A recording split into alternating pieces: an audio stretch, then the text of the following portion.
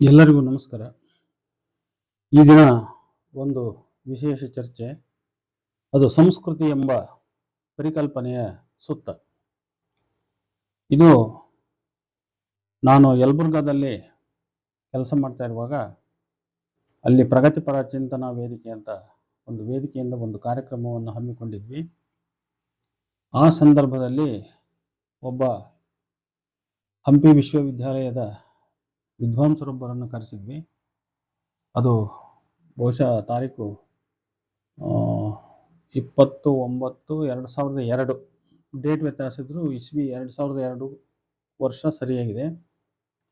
ಆ ಕಾರ್ಯಕ್ರಮದಲ್ಲಿ ಅವರು ಸಂಸ್ಕೃತಿಯನ್ನು ಕುರಿತು ನೀಡಿರ್ತಕ್ಕಂತಹ ಚಿಂತನೆ ಏನಿತ್ತಲ್ಲ, ಅದಕ್ಕೆ ಪ್ರತಿಕ್ರಿಯೆಯಾಗಿ ನಾನು ಒಂದು ಲೇಖನವನ್ನು ಬರೆದು ಅವರಿಗೆ ಕಳಿಸಿದ್ದೆ. ಆ ಲೇಖನವೇ ನನ್ನ ಆಲದ ಮರ ಎನ್ನುವ ಕೃತಿಯ ಮೊದಲ ಲೇಖನವಾಗಿ ಪ್ರಕಟವಾಗಿದೆ. ಅದನ್ನು ಇವತ್ತು ತಮ್ಮೊಂದಿಗೆ ಸ್ವಲ್ಪ ಅದರ ಜೊತೆಗೆ ಕೆಲವು ಹೊಸ ಆಲೋಚನೆಗಳನ್ನು ಸೇರಿಸ್ತಾ ವಿಸ್ತರಿಸ್ತಾ ಹಂಚಿಕೊಳ್ಳಿಕ್ಕೆ ಬಯಸಿದ್ದೇನೆ. ಸಂಸ್ಕೃತಿ ಎಂಬ ಪರಿಕಲ್ಪನೆ ಪ್ರಾಚೀನವೋ ಅರ್ವಾಚೀನವೋ, ಅದರ ಮೂಲಾರ್ಥವೇನು ಎಂಬುದು ಇವತ್ತು ನಮಗೆ ಪ್ರಮುಖವಾದುದಲ್ಲ. ಏಕೆಂದರೆ ಈ ಪದದಂತೆಯೇ ರಿಲಿಜಿಯನ್, ಫ್ಯಾಮಿಲಿ ಮುಂತಾದ ಪರಿಕಲ್ಪನೆಗಳು ಕೂಡ ಇಂದು ತಮ್ಮ ಮೂಲ ಅರ್ಥಗಳನ್ನು ಉಳಿಸಿಕೊಂಡಿಲ್ಲ. ಹಾಗೆಯೇ ಸಂಸ್ಕೃತಿ ಎಂಬ ಪದವೂ ಸಹ ಬದಲಾದ ಬದುಕಿನ ಸನ್ನಿವೇಶದಲ್ಲಿ ಬೇರೆ ಬೇರೆ ಅರ್ಥಗಳನ್ನು ಅದು ಪಡೆದುಕೊಳ್ತಾ ಬಂದಿದೆ. DVG ಅಂಥವರು ನೀಡಿರ್ತಕ್ಕಂಥ ಒಂದು ಕುಬ್ಜಾರ್ಥಕ್ಕೆ ಅಥವಾ ಸಂಕುಚಿತಾರ್ಥಕ್ಕೆ ಇವತ್ತು ಯಾರೂ ಜೋತು ಬೀಳಬೇಕಾಗಿಲ್ಲ.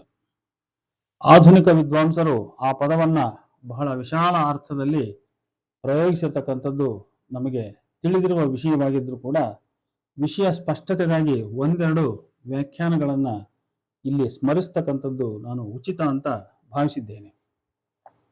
Culture, A collective name for all behaviour patterns socially acquired and socially transmitted by means of symbols. Hence, a name for all the distinctive achievements of human groups, including not only such items as language, tool making, industry, art, science, law, government, morals, religions, but also the material instruments or artifacts in which cultural achievements are embodied and by which intellectual cultural features are given practical effect, such as buildings, tools, machines, communication devices, art objects, etc. It includes all that is learned through intercommunication. It is the definition by Henry Pratt Fairchild, Dictionary of Sociology, quoted through Chidananda Murthy's Cultural Studies of Kannada Inscriptions. ಬಹಿರಂಗ ಅಂತರಂಗಗಳ ದ್ವಂದ್ವಮಾನಾತ್ಮಕ ಪ್ರಕ್ರಿಯೆಯೇ ಸಂಸ್ಕೃತಿಯ ತಿರುಳು ಅಂತ ನಮ್ಮ SS ಹಿರೇಮಠರು ಒಂದು ಕಡೆ ಒಂದು ವಾಕ್ಯ ಬರೆದಿದ್ದಾರೆ. ಅವರು, ನನ್ನ ದೃಷ್ಟಿಯಲ್ಲಿ ಸಂಸ್ಕೃತಿ ಎನ್ನುವುದು ಅಂತರಂಗ ಬಹಿರಂಗಗಳ ಸಂಬಂಧದಲ್ಲಿ ಒಡಮೂಡುವ ಸಾಮಾಜಿಕ ವಿನ್ಯಾಸ, ವಿವಿಧ ನೆಲೆಗಳ ಅಂತರ್ ಸಂಬಂಧದಲ್ಲಿ ಸಂಭವಿಸುವ ಸಾಮಾಜಿಕ ಆಕೃತಿ, ಭೂತ ಬಯಲಾಗುತ್ತಾ ಹೋಗುವ ವರ್ತಮಾನದ ಉಸಿರು ಅಂತ ಬರಗೂರು ರಾಮಚಂದ್ರಪ್ಪನವರು ಕೂಡ ಒಂದು ಕಡೆ ಹೇಳಿದ್ದಾರೆ. ಎಲ್ಲ ವ್ಯಾಖ್ಯಾನಗಳ ಹಿಡಿತದಿಂದ ಬಿಡಿಸಿಕೊಂಡು ಸ್ವಲ್ಪ ಮುಕ್ತವಾಗಿ ನಾವು ಚರ್ಚೆ ಮಾಡೋದು ಉಚಿತ ಅಂತ ನನಗನ್ನಿಸ್ತದೆ. ಸಂಸ್ಕೃತಿ ಅನ್ನುವಂಥ ಪರಿಕಲ್ಪನೆಯನ್ನ ಎರಡು ಭಿನ್ನ ಅರ್ಥಗಳಲ್ಲಿ ಪ್ರಯೋಗಿಸಬಹುದೆಂದು ತೋರುತ್ತದೆ. ಒಂದು, ಅದರ ಸಾಮಾನ್ಯ ಅಥವಾ ವಿಶಾಲ ಅರ್ಥ. ಎರಡು, ಅದರ ಸೀಮಿತ ಅಥವಾ ಸ್ಪೆಸಿಫಿಕ್ ಅಥವಾ ನಿರ್ದಿಷ್ಟ ಅರ್ಥ. ವಿಶಾಲ ಅರ್ಥದಲ್ಲಿ ಆ ಪರಿಕಲ್ಪನೆ ಮಾನವನ ಬದುಕಿನದನ್ನು ಮಾತ್ರವಲ್ಲ, ಈ ಜಗತ್ತಿನ ಜಡಾಜಡ ಜೀವ ನಿರ್ಜೀವ ಬದುಕುಗಳ ಸಮಗ್ರ ತಿರುಳನ್ನು ಸೂಚಿಸುತ್ತದೆ. ಹಾಗೆ ಅಂತ ನಾವು ಹೇಳಲೇಬೇಕಾಗುತ್ತೆ. ಈ ಸಮಗ್ರ ಬದುಕು ಪ್ರಧಾನವಾಗಿ ಎರಡು ಮಗ್ಗಲನ್ನು ಅದು ಹೊಂದಿದೆ. ಅಂದ್ರೆ it has two different aspects. ಒಂದು ಭೌತಿಕ, ಇನ್ನೊಂದು ಅಭೌತಿಕ. ಅಂದ್ರೆ ಒಂದು ಮೆಟೀರಿಯಲ್, ಇನ್ನೊಂದು ಸ್ಪಿರಿಚುವಲ್. ಭೌತಿಕ ಬದುಕಿನ ಭೌತಿಕ ಅಥವಾ ಅಭೌತಿಕ ಅಂತರಂಗ ಬಹಿರಂಗಗಳ ದ್ವಂದ್ವಮಾನಾತ್ಮಕ ಪ್ರಕ್ರಿಯೆಯಲ್ಲಿ ಒಡಮೂಡುವುದೇ ಸಂಸ್ಕೃತಿ ಅಂತ. ಅಂದ್ರೆ ಒಂದೇ ಇಲ್ಲಿ ಸಂಸ್ಕೃತಿಯನ್ನು ನಿರ್ಮಾಣ ಮಾಡಲ್ಲ. ಅಂತರಂಗ ಬಹಿರಂಗ, ಫಿಸಿಕಲ್ ಮತ್ತು ಸ್ಪಿರಿಚುವಲ್ ಇವೆರಡು ಒಂದಕ್ಕೊಂದು ಡೈಲೆಕ್ಟಿಕ್ ಆಗಿ ಅಲ್ಲಿ ಇಂಟ್ರಾಕ್ಟ್ ಮಾಡ್ತಾನೆ ಒಂದು ಕಲ್ಚರ್ ನಿರ್ಮಾಣ ಆಗ್ತದೆ ಅನ್ನೋದನ್ನ ನಾವು ಅರ್ಥ ಮಾಡ್ಕೋಬೇಕು. ವಸ್ತು ಜಗತ್ತು, ಪ್ರಾಣಿ ಜಗತ್ತು ತಮ್ಮದೇ ಆದ ಸಂಸ್ಕೃತಿಯನ್ನ ಅನಾವರಣಗೊಳಿಸುತ್ತವೆ. ನದಿ, ಗಿಡಮರಗಳು, ಆಕಾಶ, ಮೋಡ ಇತ್ಯಾದಿಗಳು ತಮ್ಮದೇ ಆದ ಸಂಸ್ಕೃತಿಯನ್ನ ಅವು ಕಟ್ಟಿಕೊಂಡಿದ್ದಾವೆ. ಹಾಗೆಯೇ ಪ್ರಾಣಿ ಪಕ್ಷಿಗಳು ತಮ್ಮದೇ ಆದ ಸಂಸ್ಕೃತಿಯನ್ನ ನಿತ್ಯವೂ ತಮ್ಮ ಬದುಕಿನಲ್ಲಿ ಸೃಷ್ಟಿಸುತ್ತಿವೆ. ಅಷ್ಟೇ ಅಲ್ಲ, ಆ ಸಂಸ್ಕೃತಿಯಿಂದ ಮಾನವನ ಸಂಸ್ಕೃತಿಯು ಕೂಡ ಪ್ರಭಾವಿತವಾಗಿದೆ. ಹೀಗಿದ್ದರೂ ಸಂಸ್ಕೃತಿ ಎಂಬ ಮಾತನ್ನ ಕೇವಲ ಮಾನವನ ಬದುಕಿನದನ್ನು ವಿವರಿಸುವಾಗ ಮಾತ್ರ ಬಳಸುತ್ತಿರುವುದು ಮಾನವ ರಾಜಕಾರಣ ಅಂತ ನಾವು ಅನ್ಬಹುದು. ಯಾಕಂದ್ರೆ ಮಾನವನೊಬ್ಬನೇ ಸಂಸ್ಕೃತಿಯನ್ನ ನಿರ್ಮಾಣ ಮಾಡ್ತಾ ಇಲ್ಲ, ನಿಸರ್ಗದಲ್ಲೂ ಒಂದು ಸಂಸ್ಕೃತಿ ನಿರ್ಮಾಣ ಆಗ್ತಾ ಇದೆ. ಪಶು ಪಕ್ಷಿ ಪ್ರಾಣಿಗಳು ಕೂಡ ಸಂಸ್ಕೃತಿಯನ್ನ ನಿರ್ಮಾಣ ಮಾಡ್ತಾ ಇದ್ದಾವೆ. ಆದ್ರೆ ಆ ಸಂಸ್ಕೃತಿ ಅನ್ನೋ ಪದವನ್ನ ನಾವೇನ್ ಮಾಡ್ತಾ ಇದೀವಿ, ಅದು ಕೇವಲ ಮನುಷ್ಯ ಸಮಾಜ ಮತ್ತು ಮನುಷ್ಯನಿಂದ ಸೃಷ್ಟಿ ಆಗ್ತಕ್ಕಂಥ ವಿಚಾರಗಳಿಗೆ ಮಾತ್ರ ನಾವು ಆ ವಿದ್ಯಮಾನಗಳನ್ನು ಮಾತ್ರ ಈ ಸಂಸ್ಕೃತಿ ಅನ್ನುವ ಪರಿಕಲ್ಪನೆಯ ವ್ಯಾಖ್ಯಾನದ ಬಾಹುಳ್ಯಕ್ಕೆ ತಗೊಂಬಂದು ನಾವು ಅರ್ಥ ಮಾಡ್ತಾ ಇದೀವಲ್ಲ, ಇದು ಮಾನವ ರಾಜಕಾರಣ ಅಂತ ನನಗನ್ನಿಸ್ತದೆ. ಹಾಗಾಗಿ ಮಾನವನೊಬ್ಬನೇ ಸಂಸ್ಕೃತಿಯನ್ನು ಕಟ್ಟಬಲ್ಲಂಥವನು ಎಂಬ ಅಭಿಪ್ರಾಯ ಮೂಡಿಸುವುದು ಮಾನವನ ರಾಜಕಾರಣವೇ ಸೈ ಅಂತ. ಅದೇನೇ ಇರಲಿ, ಈ ರಾಜಕಾರಣವು ಸಂಸ್ಕೃತಿಯ ಒಂದು ಭಾಗ ಎಂಬುದನ್ನ ಅರ್ಥ ನಾವು ಮಾಡ್ಕೋಬೇಕು. ಪ್ರಸ್ತುತ ಚರ್ಚೆಯನ್ನು ನಾವು ಮನುಷ್ಯನಿಗೆ ನಾವು ಸೀಮಿತಗೊಳಿಸಿ ನಾವು ಮಾತಾಡಬಹುದು. ಮಾನವ ಎರಡು ಭಿನ್ನ ರೀತಿಯ ಉತ್ಪಾದನೆಗಳಿಗೆ ತೊಡಗಿರುವ ಜೀವಿ. ಒಂದು ವಸ್ತು ಉತ್ಪಾದನೆ, ಇನ್ನೊಂದು ಸಂತಾನ ಉತ್ಪಾದನೆ ಅಲ್ವಾ. ಇವೆರಡೂ ಉತ್ಪಾದನಾ ಕ್ಷೇತ್ರಗಳನ್ನು ಆಧರಿಸಿ ಇನ್ನೊಂದು ಉತ್ಪಾದನೆಯನ್ನ ನಾವಿಲ್ಲಿ ಪ್ರತ್ಯೇಕವಾಗಿ ಹೆಸರಿಸ್ತಕ್ಕಂಥ ಅವಶ್ಯಕತೆ ಇದೆ. ಅದೇನಂದ್ರೆ ಅಭೌತಿಕ ಉತ್ಪಾದನೆ. ಅದನ್ನೇ ನಾನ್ ಮೆಟೀರಿಯಲ್ ಅಥವಾ ನಾನ್ ಫಿಸಿಕಲ್ ಅಥವಾ ಸ್ಪಿರಿಚುವಲ್ ಉತ್ಪಾದನೆ ಅಂತ ಕರೀಬಹುದು ನಾವು. ಅಂದ್ರೆ ಬೌದ್ಧಿಕ, ಭಾವನಾತ್ಮಕ ಸಂಪದುತ್ಪಾದನೆ, ಮನಸ್ಸಂಬಂಧಿ ಅಂಶಗಳೆಲ್ಲವನ್ನೂ ಕೂಡ ಇದು ಒಳಗೊಂಡಿದೆ ಅಂತ. ನಾನು ಸ್ವಲ್ಪ ಇದನ್ನ ಬಿಡಿಸಿ ಈ ಬರಹದ ಲಿಮಿಟೇಷನ್ಸ್ ಮೀರಿ ಆಮೇಲೆ ಸ್ವಲ್ಪ ಕೆಲವು ವಿಷಯ ಮಾತಾಡ್ತೀನಿ ನಾನು. ನೋಡಿ, ಪ್ರಜ್ಞೆ, ಭಾವನೆಗಳು, ಧರ್ಮ, ಸಿದ್ಧಾಂತ ಇತ್ಯಾದಿ ಈ ಮೂರು ಬಗೆಯ ಉತ್ಪಾದನೆಗಳ ಸಮಗ್ರ ತಿರುಳೇ ಸಂಸ್ಕೃತಿ ಎಂದು ಸಂಸ್ಕೃತಿಯನ್ನು ಬಹಳ ವಿಶಾಲ ಅರ್ಥದಲ್ಲಿ ಗ್ರಹಿಸಬಹುದೆಂದು ನಾನು ಅಭಿಪ್ರಾಯವನ್ನ ನಾನು ರೂಪಿಸಿಕೊಂಡಿದ್ದೇನೆ. ಅಂದರೆ ಮಾರ್ಕ್ಸ್ವಾದಿ ಪರಿಭಾಷೆಯಲ್ಲಿ ಅಡಿಪಾಯ ಅಂತಸ್ತುಗಳೆರಡನ್ನೂ ಒಳಗೊಂಡ ಅವೆರಡರ ದ್ವಂದ್ವಮಾನಾತ್ಮಕ ಪ್ರಕ್ರಿಯೆಯಲ್ಲಿ ಒಡಮೂಡುವ ಬದುಕಿನ ಸಾಮಾಜಿಕ ವಿನ್ಯಾಸವೇ ಸಂಸ್ಕೃತಿಯ ಒಟ್ಟು ಸಾರ. ಇದೇ ಸಂಸ್ಕೃತಿಯ ವಿಶಾಲ ಅರ್ಥ ಅಂತ ನನ್ನ ಒಂದು ವ್ಯಾಖ್ಯಾನ ಇದು. ಈ ಹಿನ್ನೆಲೆಯಲ್ಲಿ ಸಂಸ್ಕೃತಿಯೊಂದೇ ಮಾನವನು ನಿರ್ಮಿಸುತ್ತಿರುವ ಅತಿ ದೊಡ್ಡ ಮಾನವ ಸಂಸ್ಥೆ ಎಂದು ಹೇಳಬಹುದು. ಅದನ್ನೇ ನಾನು ಹೇಳ್ತಾ ಇದ್ದೆ, whatever man produces in his life, all the things, the whole phenomena, all the substance is called culture ಅಂತ ಹೇಳ್ಬೋದು ನಾವು. ಅಂದ್ರೆ everything, what ever the thing man produces, that becomes the part of culture. ಅದನ್ನ ನಾವು ಸ್ವಲ್ಪ ಎರಡು ಭಾಗದಲ್ಲಿ ಮಾತಾಡ್ಬೋದು. ಒಂದು ಸ್ಪಿರಿಚುವಲ್ ಕಲ್ಚರ್ ಅಂತ, ಇನ್ನೊಂದು ಮೆಟೀರಿಯಲ್ ಕಲ್ಚರ್ ಅಂತ. ಇಲ್ಲಿ ಕೆಲವೊಮ್ಮೆ ಈ ನಾಗರಿಕತೆ, ಸಿವಿಲೈಸೇಷನ್ ಏನಂತೀವಲ್ಲ, ಅದು ಓವರ್ಲ್ಯಾಪ್ ಆಗ್ತಕ್ಕಂಥ ಸಾಧ್ಯತೆ ಇದೆ. ಅಂದ್ರೆ ಈಗ ನಾವು ರಸ್ತೆ, ಚರಂಡಿ, ಗ್ರಾಮ, ಮನೆ, ನಮ್ಮ ಮನೆಯ ಒಳಗಿನ ಬಚ್ಚಲು ಕೋಣೆಗಳಿರ್ಬೋದು, ನಾವು ಕೂತ್ಕೊಳ್ತಕ್ಕಂಥ ಕಟ್ಟೆ ಇರ್ಬೋದು, ನಮ್ಮ ಮನೆಯ ಗೃಹ ವಿನ್ಯಾಸಗಳಿರ್ಬೋದು, ಒಂದು ವಾಸ್ತುಶಿಲ್ಪಕ್ಕೆ ಸಂಬಂಧಪಟ್ಟ ಯಾವುದೇ ಅದು ದೇಗುಲ ಇರಲಿ ಮತ್ತೊಂದಿರಲಿ, ಅವೆಲ್ಲವೂ ಕೂಡ ಸಂಸ್ಕೃತಿಯ ಭಾಗವೇ. ಆದ್ರೆ ನಾವೇನಂತ ಕರಿತೀವಿ, ಈ ನಾಗರಿಕತೆ, ಸಿವಿಲೈಸೇಷನ್ ಅನ್ನೋದು ಇನ್ನೊಂದು ಪದವನ್ನು ಉಪಯೋಗಿಸ್ಬಿಟ್ಟು ನಾವೇನ್ ಮಾಡ್ತೀವಿ, ಈ ರಸ್ತೆ, ನಗರ, ಊರು, ಪಟ್ಟಣ ಇವನ್ನೆಲ್ಲ ನಾಗರಿಕತೆಯ ಇದಕ್ಕೆ ನಾವು ತಗೊಂಡ್ಬರ್ತಿದ್ವಿ, ಸಂಸ್ಕೃತಿಯ ಅಂಡರ್ ಆದ್ರೆ ಸಂಸ್ಕೃತಿ ಅಂತಕ್ಕಂಥದ್ದು ಅದು ಒಂದು ದೊಡ್ಡ ಬ್ರಾಡ್ ಕಾನ್ಸೆಪ್ಟ್. ನನ್ನ ಪ್ರಕಾರ ಬಹಳ ದೊಡ್ಡ ಕಾನ್ಸೆಪ್ಟ್ ಅದು. It includes everything. It includes even the civilization. ಅಂದ್ರೆ civilization must be brought under the name of culture ಅಂತ. ಅಂದ್ರೆ ಸಂಸ್ಕೃತಿಯ ವ್ಯಾಪ್ತಿಯೊಳಗನೆ ನಾವು ಸಿವಿಲೈಸೇಷನ್ ಚರ್ಚೆ ಮಾಡ್ಬೇಕು ವಿನಃ ಸಂಸ್ಕೃತಿಯ ಹೊರಗೆ ಅದನ್ನು ಸಿವಿಲೈಸೇಷನ್ ಚರ್ಚೆ ಮಾಡೋದು ಅಷ್ಟು ಉಚಿತವಾದ್ದಲ್ಲ ಅಂತ. ಹಾಗಾಗಿ ಇವತ್ತು ನೋಡ್ರಿ, ಇದು ಒಂದು ಮೆಟೀರಿಯಲ್ ಕಲ್ಚರ್. ಈಗ ಮನುಷ್ಯ ಅವನ ಕೃಷಿ ಬದುಕಿರ್ಬೋದು, ಅವನ ಬೇರೆ ರೀತಿಯ ಯಾವುದೇ ಬದುಕು ಭೌತಿಕವಾದ ಉತ್ಪನ್ನ ಏನ್ ಮಾಡ್ತಾನೆ, ಆರ್ಥಿಕ ಕ್ಷೇತ್ರದ ಉತ್ಪನ್ನ ಇತ್ಯಾದಿಗಳನ್ನು ಏನ್ ಮಾಡ್ತಾನೆ, ಅದೆಲ್ಲದೂ ಕೂಡ ಒಂದು ಭೌತಿಕವಾದ ಸಂಸ್ಕೃತಿ. ಅದು ಅವನು ಬರಹ ಮಾಡ್ಲಿ, ಅವನ ಶಿಲ್ಪ ಕೆತ್ತಲಿ, ನೋಡಿ ಅದನ್ನ ಕಲಾ ದೃಷ್ಟಿಯಿಂದ ಹೇಳ್ತೀವಿ ನಾವು. ಈಗ ಕಲೆ ಒಂದು ಸಂಸ್ಕೃತಿ, ಸಾಹಿತ್ಯವೂ ಕೂಡ ಸಂಸ್ಕೃತಿಯ ಒಂದು ಭಾಗವೇ, ಸಿದ್ಧಾಂತವೂ ಕೂಡ ಸಂಸ್ಕೃತಿಯ ಒಂದು ಭಾಗವೇ, ಧರ್ಮವೂ ಕೂಡ ಸಂಸ್ಕೃತಿಯ ಒಂದು ಭಾಗವೇ. ಹಾಗಾಗಿ ಅಲ್ಲಿ ಏನಾಗ್ತತಿ ಅಂತ ಹೇಳಿದ್ರೆ, ನಾವು ಸ್ಪಿರಿಚುವಲ್ ಆಸ್ಪೆಕ್ಟ್ ಬಂದ ತಕ್ಷಣ ಮನುಷ್ಯನ ಆಲೋಚನೆ, ಮನುಷ್ಯನ ಧರ್ಮ, ಧಾರ್ಮಿಕ ಭಾವನೆಗಳು, ಆಧ್ಯಾತ್ಮ, ಸಿದ್ಧಾಂತ, ಸಾಹಿತ್ಯ, ಈ ಎಲ್ಲ ಅವನ ಏನ್ ಇವತ್ತು ಕರುಣೆ, ಸ್ನೇಹ, ಪ್ರೀತಿ ಇತ್ಯಾದಿ ಇವನೇನ್ ಇಟ್ಕೊಂಡಲ್ಲ, ಈ ಎಲ್ಲ ಮನುಷ್ಯನ ಸದ್ಭಾವನೆಗಳು, ಸದ್ಗುಣಗಳು, ಭಾವನಾತ್ಮಕವಾದ ಉತ್ಪನ್ನಗಳು, ಮಾನಸಿಕವಾಗಿ ಅವನು ಏನ್ ಪ್ರೊಡ್ಯೂಸ್ ಮಾಡ್ತಾನಲ್ಲ, ಅದೆಲ್ಲದೂ ಕೂಡ ಒಂದು ರೀತಿಯ ಸ್ಪಿರಿಚುವಲ್ ಆಸ್ಪೆಕ್ಟ್ ಆಫ್ ಕಲ್ಚರ್ ಅಂತ ಅನಿಸ್ಕೊಳ್ತದೆ. ಹಾಗಾಗಿ ಧರ್ಮ, ರಾಜಕಾರಣ, ಶಿಕ್ಷಣ, ಕೃಷಿ, ವಾಣಿಜ್ಯ, ಸಾಹಿತ್ಯ, ಕಲೆ, ವಿಜ್ಞಾನ, ಸಿದ್ಧಾಂತ, ಕುಟುಂಬ, ಮನೆ, ರಸ್ತೆ, ನಗರ, ವಿವಾಹ ಇತ್ಯಾದಿಗಳೆಲ್ಲ ಆ ದೊಡ್ಡ ಸಂಸ್ಥೆಯ ಉಪಾಂಗಗಳು ಮಾತ್ರ. ಯಾವ ಸಂಸ್ಥೆಯ ಉಪಾಂಗಗಳು? ಸಂಸ್ಕೃತಿ ಅನ್ನುವಂತ ಸಂಸ್ಥೆಯ ಉಪಾಂಗಗಳು ಮಾತ್ರ.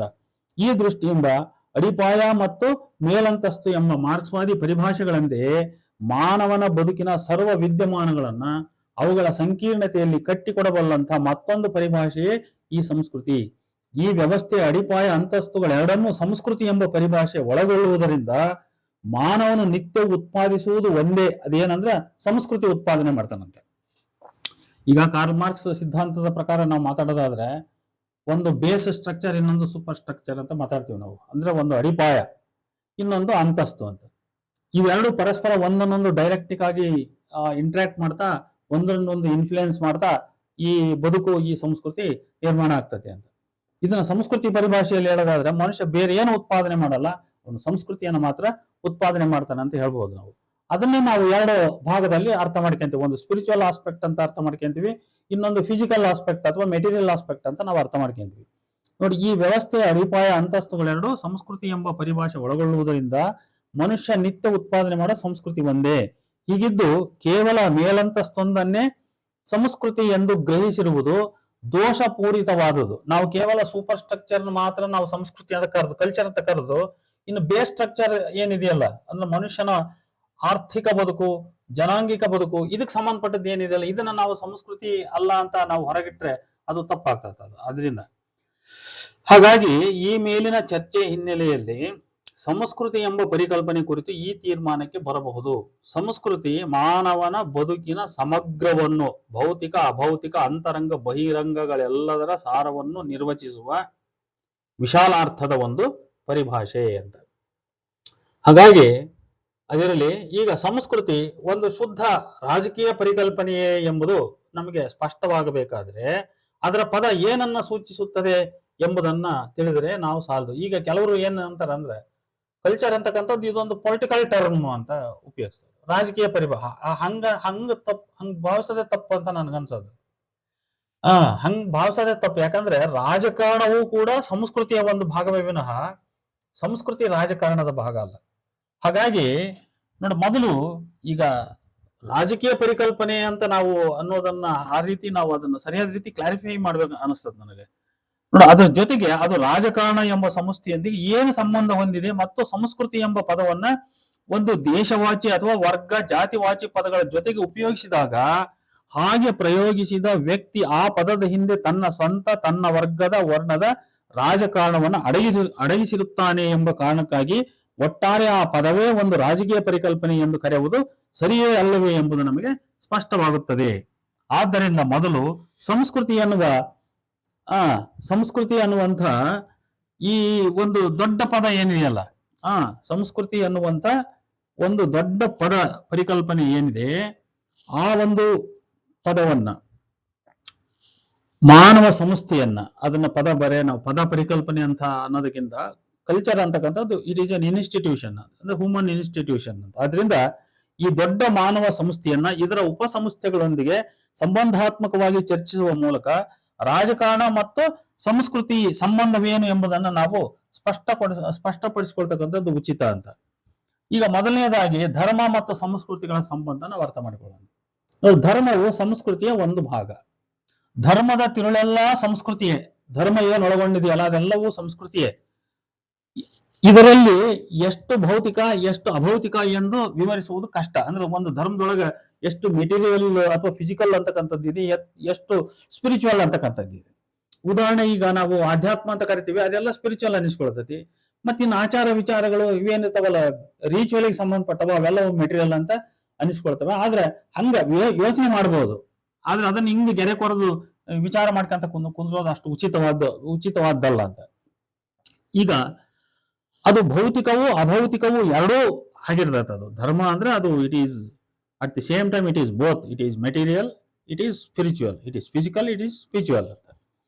ಆಮೇಲೆ ನಂಬಿಕೆ ನೋಡಿ, ಆಧ್ಯಾತ್ಮ ಇತ್ಯಾದಿ ಅಭೌತಿಕ. ಈ ಧರ್ಮವು ಒಂದು ಸಂಸ್ಕೃತಿ. ಆದರೆ ಧರ್ಮವೊಂದೇ ಸಂಸ್ಕೃತಿಯ ಸಮಗ್ರ ಸಾರವನ್ನ ಸಂರಚಿಸುವುದಿಲ್ಲ. ಇದನ್ನ ಅರ್ಥ ಮಾಡ್ಕೋಬೇಕು. Religion is a culture, no doubt.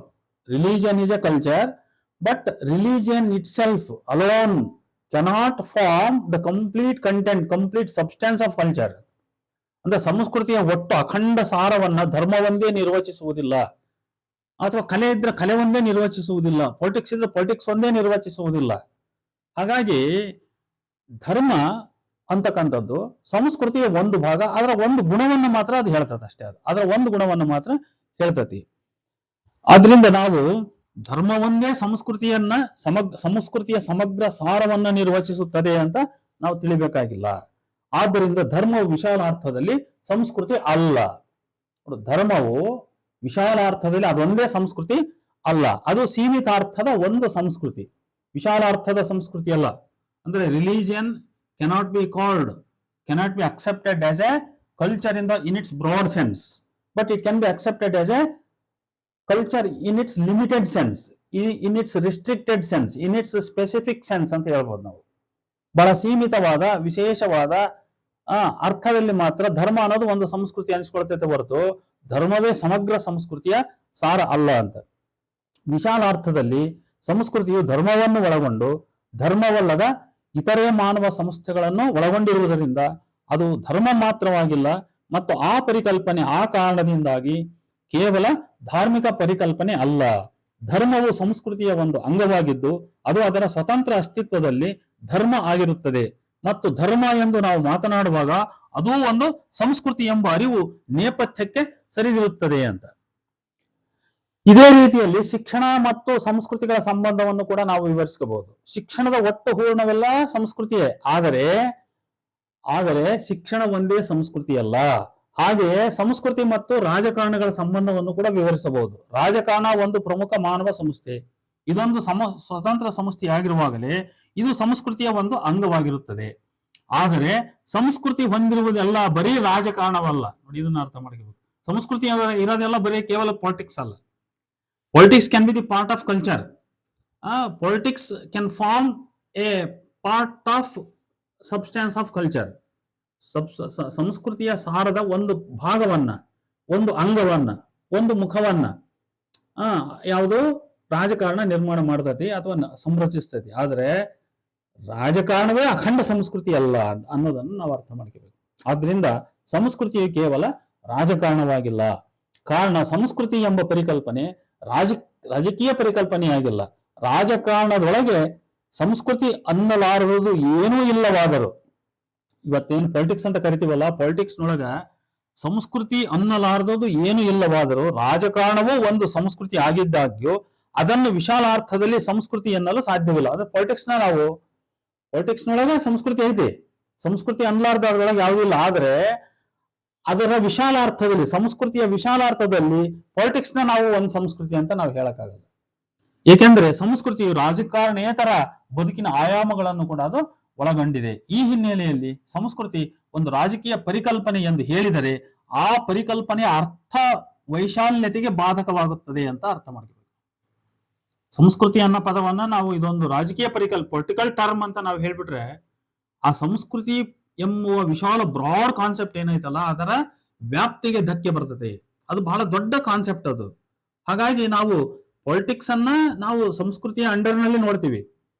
ಸಂಸ್ಕೃತಿಯ ಹೊರಗಿಟ್ಟು ನಾವು ರಾಜಕಾರಣ ನೋಡಕ್ ಬರಲ್ಲ. ಯಾಕಂದ್ರೆ ರಾಜಕಾರಣದೊಳಗೆ ಸಂಸ್ಕೃತಿ ಅಲ್ಲದುದು ಯಾವುದೂ ಇಲ್ಲ, ಅದ್ರೊಳಗಿರೋದೆಲ್ಲ ಸಂಸ್ಕೃತಿಯೇ. ಆದ್ರೆ ರಾಜಕಾರಣ ಒಂದೇ ಸಂಸ್ಕೃತಿಯ ಅಖಂಡ ಸಾರವನ್ನ ನಿರ್ಮಾಣ ಮಾಡೋದಿಲ್ಲ. ಆದ್ರಿಂದ ಸಂಸ್ಕೃತಿಯನ್ನ ನಾವು ವಿಶಾಲ ಅರ್ಥದಲ್ಲಿ ಬಳಸಿದಾಗ ರಾಜಕೀಯ ಒಂದೇ ಸಂಸ್ಕೃತಿ ಅಲ್ಲ, ಆದರೆ ರಾಜಕಾರಣವು ಕೂಡ ಸಂಸ್ಕೃತಿಯ ಒಂದು ಭಾಗ.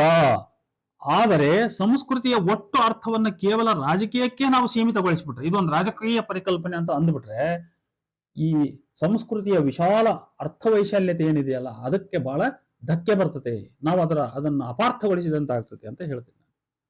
ಹಾಗಾಗಿ ರಾಜಕಾರಣ ಎಂಬ ಪದಕ್ಕೆ ಕೆಲವರು ನೀಡುವ ವಿಶಾಲ ಅರ್ಥವನ್ನು, ಅಂದರೆ ನಮ್ಮ ಸಮಾಜವನ್ನು ಅರ್ಥ ಮಾಡಿಕೊಳ್ಳುವ, ಬದಲಾವಣೆ ಮಾಡುವ ಕುರಿತಾದ ಚಿಂತನೆಯೇ ರಾಜಕಾರಣ ಎಂಬುದನ್ನು ಲಕ್ಷ್ಯದಲ್ಲಿರಿಸಿಕೊಂಡು ನೋಡಿದಾಗ ಮಾನವನ ಜೀವನದ ಎಲ್ಲಾ ಕ್ಷೇತ್ರಗಳಲ್ಲಿ ರಾಜಕಾರಣವಿದ್ದೇ ಇದೆ ಎಂಬುದು ಸ್ಪಷ್ಟ.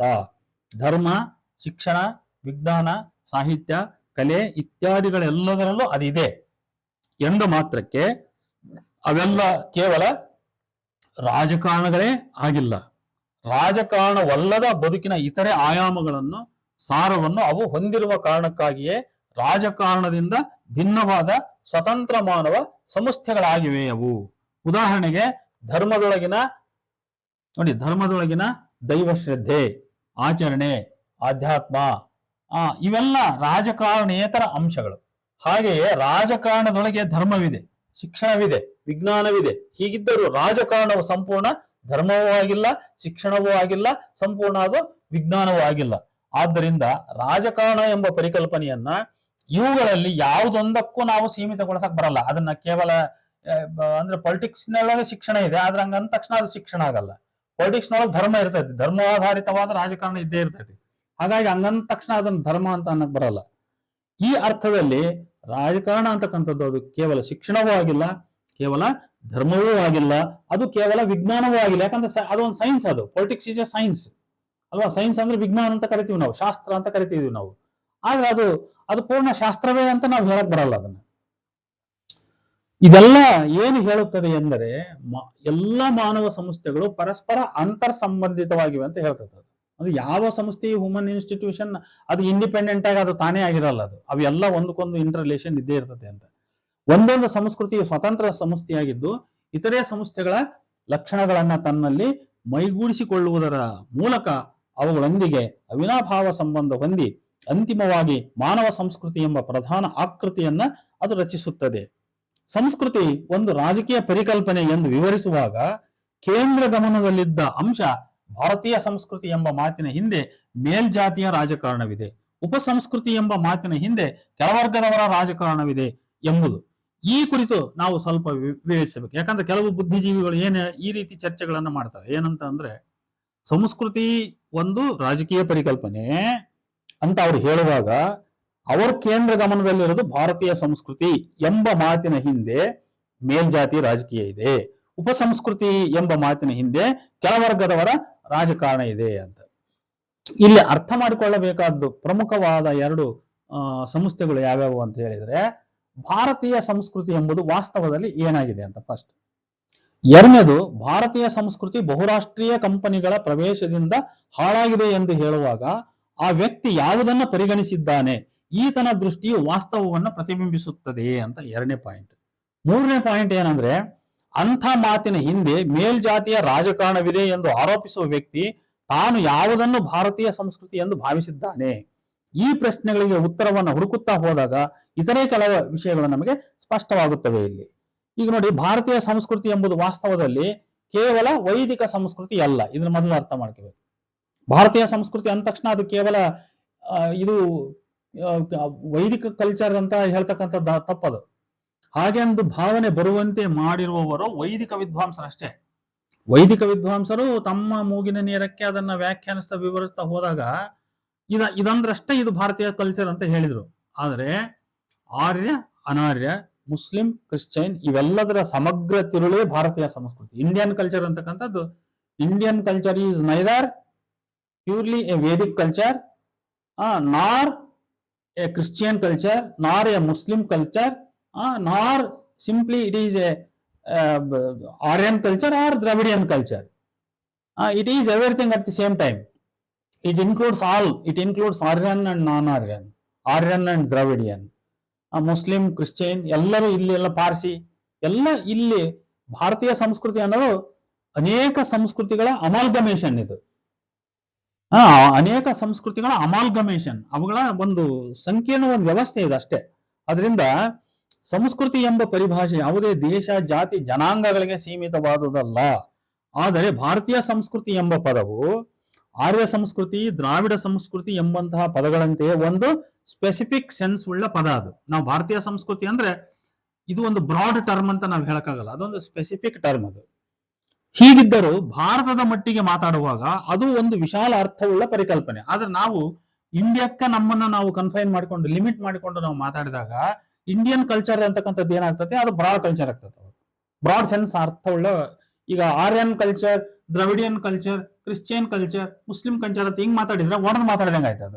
ಅವೆಲ್ಲ ಬಿಡಿ ಬಿಡಿ ಘಟಕಗಳಾಗವು ಅಲ್ವಾ. ಅವು ಸೀಮಿತವಾದ ರಿಸ್ಟ್ರಿಕ್ಟೆಡ್ ಅರ್ಥವುಳ್ಳಂತ ಕಲ್ಚರ್ ಅದು. ಅದೇ ರೀತಿ ಇಡೀ ಅಖಂಡವಾದ ಪ್ರಪಂಚದ ಮಟ್ಟಕ್ಕೆ ನಾವು ಇಟ್ಟು ಮಾತಾಡಿದಾಗ, ಯೂನಿವರ್ಸಲ್ ಅರ್ಥದಲ್ಲಿ ಮಾತಾಡಿದಾಗ ಅದು ವಿಶಾಲವಾದ ಅರ್ಥದ ಪರಿಕಲ್ಪನೆ ಆಯಿತು. ಆದ್ರೆ ಅದನ್ನ ನಾವು ಇಂಡಿಯಾಕ್ಕೆ ಸೀಮಿತಗೊಳಿಸಿದಾಗ ಏನಾಯ್ತು, ಸೀಮಿತವಾದ ಅರ್ಥವುಳ್ಳಂತ ಸಂಸ್ಕೃತಿಯ ಪರಿಭಾಷೆ ಆಯ್ತದು. ಹಾಗಾಗಿ ಇದು ಯಾವುದೇ ನಿರ್ದಿಷ್ಟ ಜಾತಿ ಜನಾಂಗದ ಸಂಸ್ಕೃತಿ, ಭಾರತೀಯ ಕಲ್ಚರ್ ಅಂದಾಗ ಇದು ನಿರ್ದಿಷ್ಟವಾದ ಜಾತಿ, ಧರ್ಮ, ಜನಾಂಗ ಅದನ್ನ ನಿರ್ವಚಿಸಲ್ಲ. ಭಾರತೀಯ ಸಂಸ್ಕೃತಿ ಎಂದರೆ ವೈದಿಕ ಸಂಸ್ಕೃತಿ, ಹಿಂದೂ ಸಂಸ್ಕೃತಿ ಎಂದು ಬಿಂಬಿಸ ಹೊರಟಿರ್ತಕ್ಕಂಥವ್ರು ಅದರ ಹಿಂದೆ ತಮ್ಮ ಜಾತಿಯ ರಾಜಕಾರಣವನ್ನ ಅಡಗಿಸಿರುತ್ತಾರೆ ಎಂಬ ಮಾತು ನಿಜ.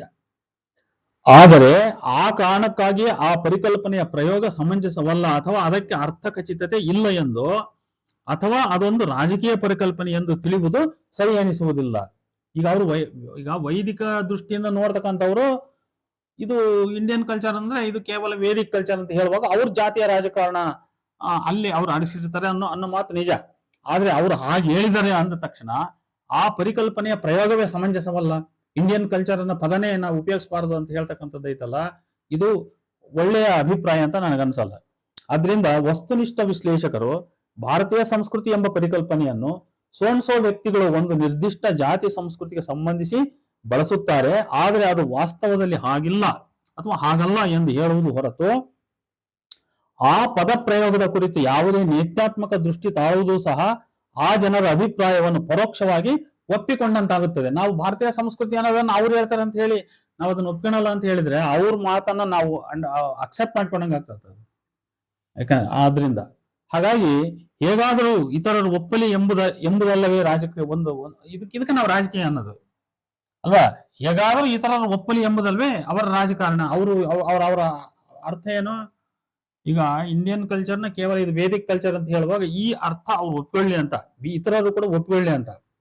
ಆದ್ರೆ ನಾವು ಆ ಅರ್ಥವನ್ನು ಒಪ್ಪಿಕೊಳ್ತಿದೀವಿ, ಆದ್ರೆ ಅದನ್ನ ನಾವು ಕೇವಲ ವೇದಿಕ್ ಕಲ್ಚರ್ ಅನ್ನೋದಕ್ಕೆ ಮಾತ್ರ ಸೀಮಿತಗೊಳಿಸಲ್ಲ. ಭಾರತೀಯ ಸಂಸ್ಕೃತಿ ಅನ್ನೋದು ಅದರ ವಿಶಾಲ ಅರ್ಥದಲ್ಲಿ ಆರ್ಯ, ಅನಾರ್ಯ, ಅಂದ್ರೆ ಆರ್ಯ, ದ್ರಾವಿಡ ಅಂತ ಏನ್ ಕರಿತೀವಿ ಅದಲ್ಲದೆ ಈ ದೇಶದೊಳಗಿರ್ತಕ್ಕಂಥ ಬೇರೆ ಬೇರೆ ಜಾತಿ ಜನಾಂಗಗಳು, ಧರ್ಮಗಳು ಏನದವಲ್ಲ ಅವೆಲ್ಲ ಒಟ್ಟಿಗೆ ಸೇರಿಸಿ ಅವೆಲ್ಲ ಸಂಸ್ಕೃತಿಯ ಒಂದು ಸಿಸ್ಟಮ್ ಅಂತ ಹೇಳ್ಬೋದು. It's a system. Indian culture ಅಂದ್ರೆ it's a social system of many cultures ಅಂತ ಹೇಳ್ಬೋದು ಅಷ್ಟೇ. It's a social system of many cultures. There is the amalgamation of many cultures in Indian culture ಅಂತ ಹೇಳ್ಬೋದು ನಾವು. Indian culture is the amalgamation of many cultures. ಭಾರತೀಯ ಸಂಸ್ಕೃತಿ ಅಂತಕ್ಕಂಥದ್ದು ಅನೇಕ ಸಂಸ್ಕೃತಿಗಳ ಒಂದು ಸಮ್ಮಿಶ್ರಣ, ಒಂದು ಘಟಕ ಇದೆ. ಇದೊಂದು ವ್ಯವಸ್ಥೆ ಅಂತ ನಾವು ಅರ್ಥ ಮಾಡ್ಕೋಬೇಕು. ಕೊನೆಯದಾಗಿ ಈ ದೇಶದಲ್ಲಿ ಸಂಸ್ಕೃತಿಯ ಏಕ ಪ್ರಕಾರತೆ ಇದ್ದಾಗಲಷ್ಟೇ ಭಾರತೀಯ ಸಂಸ್ಕೃತಿ ಎಂಬ ಪರಿಕಲ್ಪನೆಯು ಪ್ರಯೋಗಾರ್ಹ, ಇಲ್ಲದಿದ್ದರೆ ಪ್ರಯೋಗಾರ್ಹವಲ್ಲ ಎಂಬಂತ ಅಭಿಪ್ರಾಯ ಮೂಡಲು ಕೂಡ ಇಲ್ಲಿ ಅವಕಾಶ ಇದೆ. ಅಂದ್ರೆ ಒಂದೇ ಕಲ್ಚರ್ ಇದ್ರೆ ಮಾತ್ರ ಇದು ಇಂಡಿಯನ್ ಕಲ್ಚರ್, ಇಲ್ಲದ್ರೆ ಅಲ್ಲ ಅಂತ. ಹಾಗಾಗಿ ಈ ದೇಶದಲ್ಲಿ ಸಂಸ್ಕೃತಿ ಏಕ ಪ್ರಕಾರತೆ ಇದ್ದಾಗಲಷ್ಟೇ ಭಾರತೀಯ ಸಂಸ್ಕೃತಿ ಎಂಬ ಪರಿಕಲ್ಪನೆಯು ಪ್ರಯೋಗಾರ್ಹ, ಇಲ್ಲದಿದ್ರೆ ಪ್ರಯೋಗಾರ್ಹವಲ್ಲ ಅಂತ ಅಭಿಪ್ರಾಯ ಕೂಡ ಇಲ್ಲಿ ಮೂಡಲಿಕ್ಕೆ ಸಾಧ್ಯವಿದೆ. ಇದು ಡೇಂಜರಸ್. ಇದು ಕೂಡ ಸರಿಯಲ್ಲ. ಏಕೆಂದರೆ ಪ್ರಪಂಚದ ಯಾವ ದೇಶವೂ ಸಂಸ್ಕೃತಿಯ ವಿಷಯದಲ್ಲಿ ಏಕರೂಪಾತ್ಮಕತೆ ಸಾಧಿಸಿರಲು ಮತ್ತು ಸಾಧಿಸಲು ಸಾಧ್ಯವಿಲ್ಲ. ಕ್ರಿಶ್ಚಿಯನ್ ಧರ್ಮವೊಂದನ್ನೇ ಪ್ರಮುಖವಾದ ಧರ್ಮವಾಗುಳ್ಳ ಐರೋಪ್ಯ ರಾಷ್ಟ್ರಗಳಲ್ಲೂ ಕೂಡ ಅಲ್ಲಿ ಕೂಡ ಸಂಸ್ಕೃತಿಯ ಏಕ ಪ್ರಕಾರತೆ ಕಾಣಲಿಕ್ಕೆ ಸಾಧ್ಯವಿಲ್ಲ. Catholic, Protestant, Roman, Irish, English, American ಇತ್ಯಾದಿ, ಇನ್ನು ಸ್ಕಾಚ್ ಗೀಚ್ ಏನನ್ನ ಹೇಳ್ತಾರೆ, ಇತ್ಯಾದಿ ಸಾಂಸ್ಕೃತಿಕ ವೈವಿಧ್ಯತೆಗಳು ಅಲ್ಲಿದ್ದಾವೆ. ಇಟಾಲಿಯನ್ ಇಟಲಿ ದೇಶಕ್ಕೆ ಬಂದ್ರೆ ಇಟಾಲಿಯನ್ ಕಲ್ಚರ್ ಬೇರೆ, ಜರ್ಮನ್ ದೇಶಕ್ಕೆ ಬಂದ್ರೆ ಜರ್ಮನ್ ಕಲ್ಚರ್ ಬೇರೆ, ಅಲ್ವಾ? ಹಿಂಗೆ ನಾವು ಬೇರೆ ಬೇರೆ ಅಲ್ಲಿ ಎಂತದಿದು ಜರ್ಮನ್ನಲ್ಲಿ ಬರ್ತಕ್ಕಂಥ ಆ ಕ್ರಿಶ್ಚಿಯಾನಿಟಿ ಅಲ್ಲ, ಅಲ್ಲಿ ಬರ್ತಕ್ಕಂಥದ್ದು ಇನ್ನೊಂದು ಬೇರೆ, ಯೇಸು ಕ್ರಿಸ್ತನನ್ನ ಅವರು ಶಿಲುಬೆಗೇರಿಸೋದು ಅದೆಲ್ಲ ಮಾಡ್ತಾರಲ್ಲ, ಆ ತರದ ಸಂಸ್ಕೃತಿಗಳು ಕೂಡ ಅಲ್ಲಿ ವೈವಿಧ್ಯತೆಗಳು ಅಲ್ಲಿ ಇದ್ದೇ ಇದ್ದಾವೆ.